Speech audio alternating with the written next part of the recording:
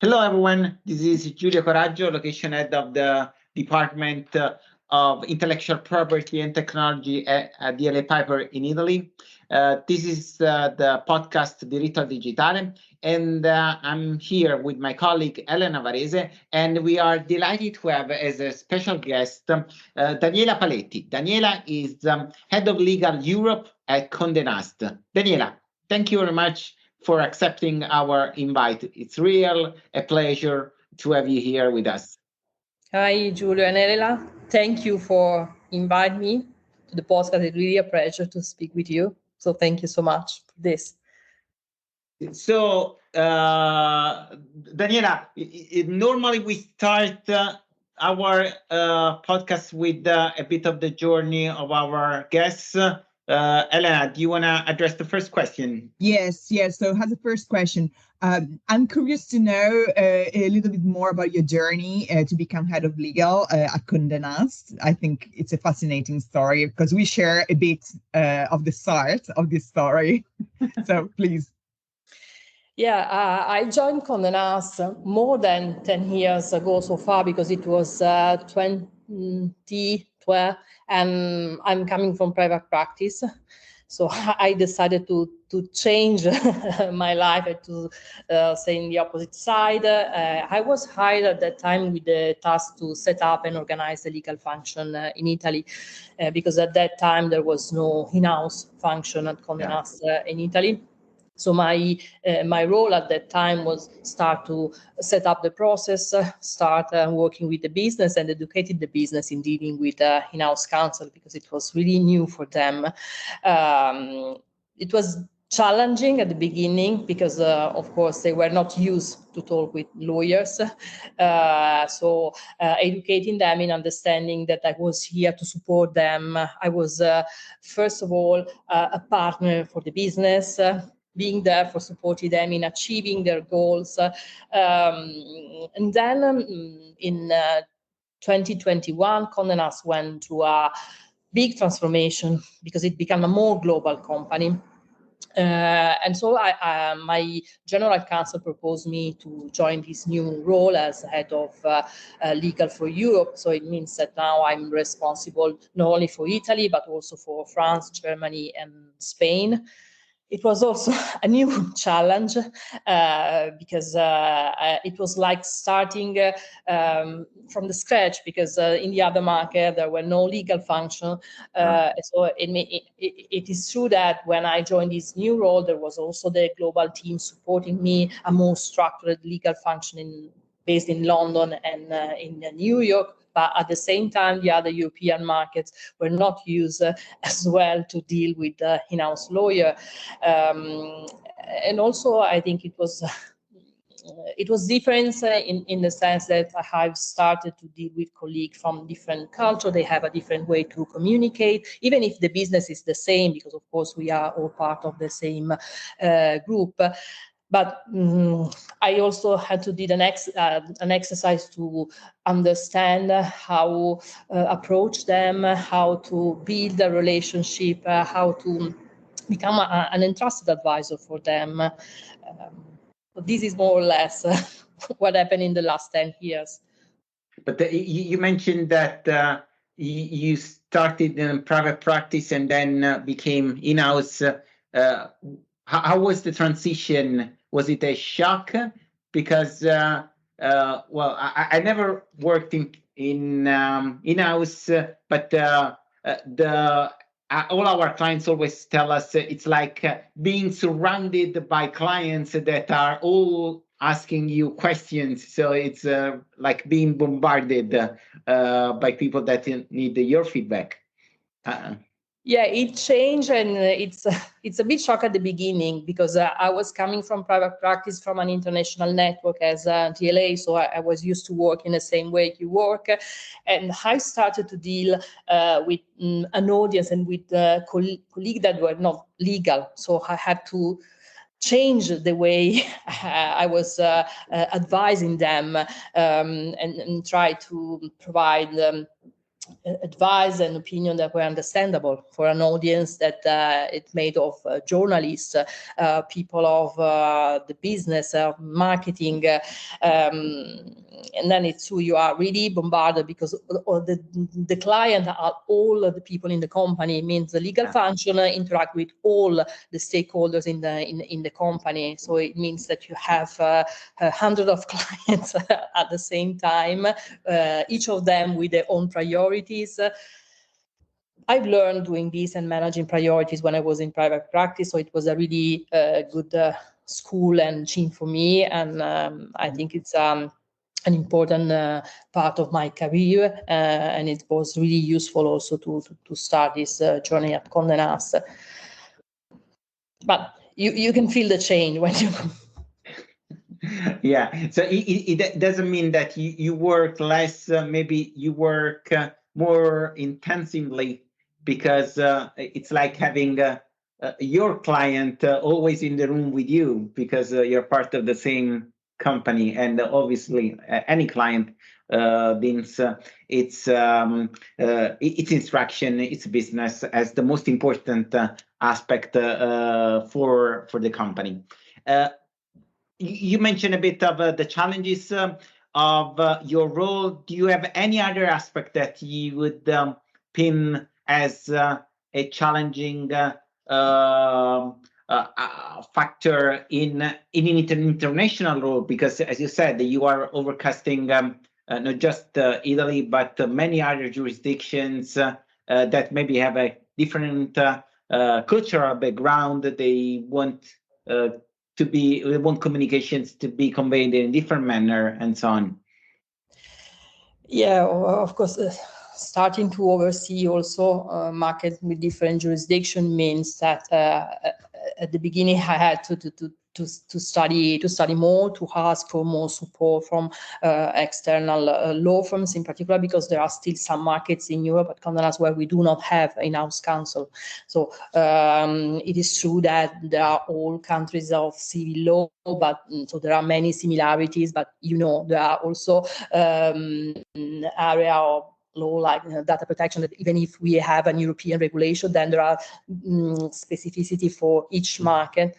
So this is of course challenging, but because when maybe you think that the same principle apply in France or in Germany, then you find that it's not like this, and so you have to start to rebuild your advice. But at the same time, it's also a way of learning. I learn a lot also from my colleague in the UK, but also in Germany, in France. It's a way of exchanging on a daily basis. Yeah, harmonization is always challenging, and it could be challenging also to deal with creative people. That is for sure. This is also because, as you can imagine, they always push to do more, and when you have to explain them that you have some bad news because what they have in mind is not exactly what they could do from a strict legal perspective, and then it's always trying to find a compromise, trying to make them happy, but at the same time protecting the company. Creative people have ideas. Sometimes they come saying, "Oh, we would like to create this a new work, starting from a protected copyright work. What could we do?" The restriction we have in Europe with data, it's another big issue, because being a publisher, data is a crucial asset for us. So it's a daily challenge, try to increase our audience, but at the same time respecting user rights. So yeah, but that's also fascinating. And your company has been at the forefront of digital transformation in the publishing world. So I'm curious to know how this shift impacted your legal strategies in your, let's say, daily work, but also at a higher level, let's say. No, it actually did, because when I joined Condé Nast, I think the company has already started this process of transformation, becoming a more digital company, starting from being a traditional publisher, where most of the revenue were coming from print and from subscriptions. But there was a big crisis in the publishing industry, in the advertising field. So the only way to survive and to have a business that is sustainable was to try to diversify the business and the area of business in the company. So we have started to explore different areas, event organization. We have launched an e-commerce for our fashion collection. We are also playing as a talent agency. We are a content creator, not just only for ourselves, but also for the clients, because we also produce content for clients, advertising campaign. This is also interesting from a legal perspective, because it means that every time the company decided to create, to launch a new project, a new business, it meant for me to work with the business, try to understand the strategy, how to launch and how we make it possible, also from a legal perspective. To be honest, I was lucky because I had the opportunity to see how the company changes over the years. That's why it's never boring, to be honest, and that's why I'm still enjoying being here even after 10 years. But it's basically a different company. It started with publishing, and now we have contents, we have events, so it must be very thrilling, let's say. Of course. Complicated, because if you think that 20 years ago it was just selling advertising based on general terms and conditions, and that's what it was all. Now we are organizing big events. We are doing video production, series, a movie. We are producing an apparel collection. So it's really it was really diversification of the business. And new IP rights involved, formats, trademarks, designs. So it was also, I think, an opportunity for me to be more creative, also because that's a good point. Yeah, I like that. People think that our job is not so creative because we are more technician, but it's not. It's not because when you have the opportunity to work in a company such as Condé Nast, you have really many opportunity to invent, to try to figure out new solution from a legal perspective to support the business to achieve the goals, and so on. And you became creative out of this necessity as well sometimes. Exactly. No, indeed. I love the creative role of lawyers, because in the image of non-lawyers, we are just boring professionals that need to tell clients what the law states, which honestly, I don't believe that it is our role, because anyone can read what the law states. But then, as you said, we need to find a way of balancing risks and finding a solution that enables the business to do what they do, because obviously they generate money, and you need to enable them to do their business and to generate revenues for the company. Daniela, you know that during the last year we cannot have a podcast without mentioning artificial intelligence. It's all surrounding us. You mentioned that Condé Nast went through a digital transformation. Probably a new digital transformation will happen in the coming years, because any business is going to be more and more impacted by AI. Do you see it as an opportunity, a threat? As Elena was saying, you have IP assets that could be exploited by third parties, but at the same time, you could exploit AI. I mean, it seems twofold here. Yeah, as a publisher and representing a publisher, I think on one side we need to make sure that our content are protected. So this is probably the main assumption, and it's also a work that we have started doing at Condé Nast, making sure, for instance, that our content are protected both from a legal, contractual, and technical perspective, from being scraped for AI training, but at the same time finding opportunity for having our content paid from maybe under a license, but on the other side, it is true that we need to protect our creativity, but we know that AI will be a part of our work life in the future, so it's something that we could not ignore. I think what is important for a company, not just talking about Condé Nast, but in general, it's also an issue of ethics. It means like creating an internal governance system to ensure that AI solutions are used to amplifying the potential of human intelligence, creativity, the data and the content remain property of the company, of the authors, and also that the AI systems are transparent. So it means that companies should work at creating and laying down a governance adhering to transparency, security, compliance with the copyright data protection regulation. I think that this is also a process that should involve all the function in the company, not just legal on the creative side, to put in place this kind of governance guidelines.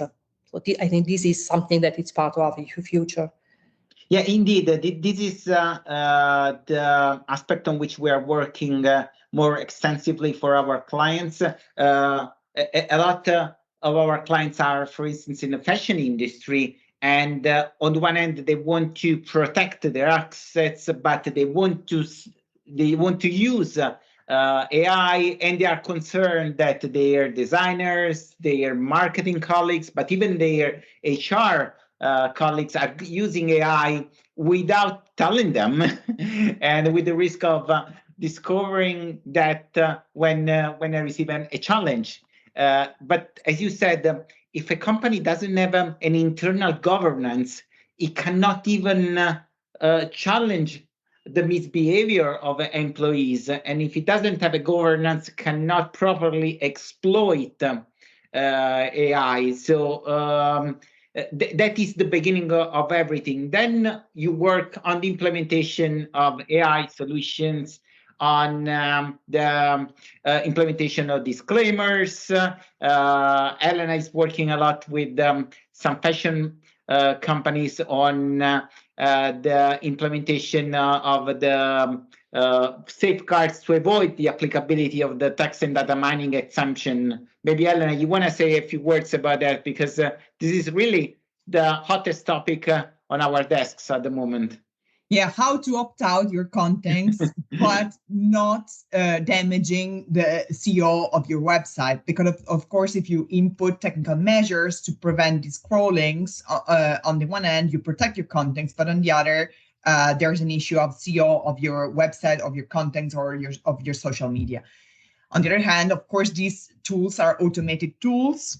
So if they do not, let's say, encounter a technical wall, you might say anything on your TNCs, but perhaps the measure won't be effective. And we also have case law, not in Italy, I must say, but within the EU, where they say that basically the judges found that if you say something in the TNCs, but you do not enact a technical barrier, then it's basically something that is not working and it's not enforceable against third party. It's like then not having any measure in place, and ultimately you can use that content. So it's very difficult to balance. There's little case law in Italy. We have case law on data scraping, and that's and we could, let's say, work on that. But with respect to the new exemption and fair use of data mining after the copyright directive, we will need to see what will be the approach of the judges, also in light of the new pieces of legislation that Italy is trying to propose as well. So that's fascinating, I must say. Yeah, But this is an exercise that we have started to do, including a language in the TNC to prevent scraping, trying to understand the way to make it enforceable, because it's not just put in the language, otherwise it works like a notice, but it's not really in place, as you were saying. So it's a it's a daily challenge, because you have to protect, but at the same time find a way to explore and set up process in the company, making sure that when it's used, it's fully transparent. No, indeed.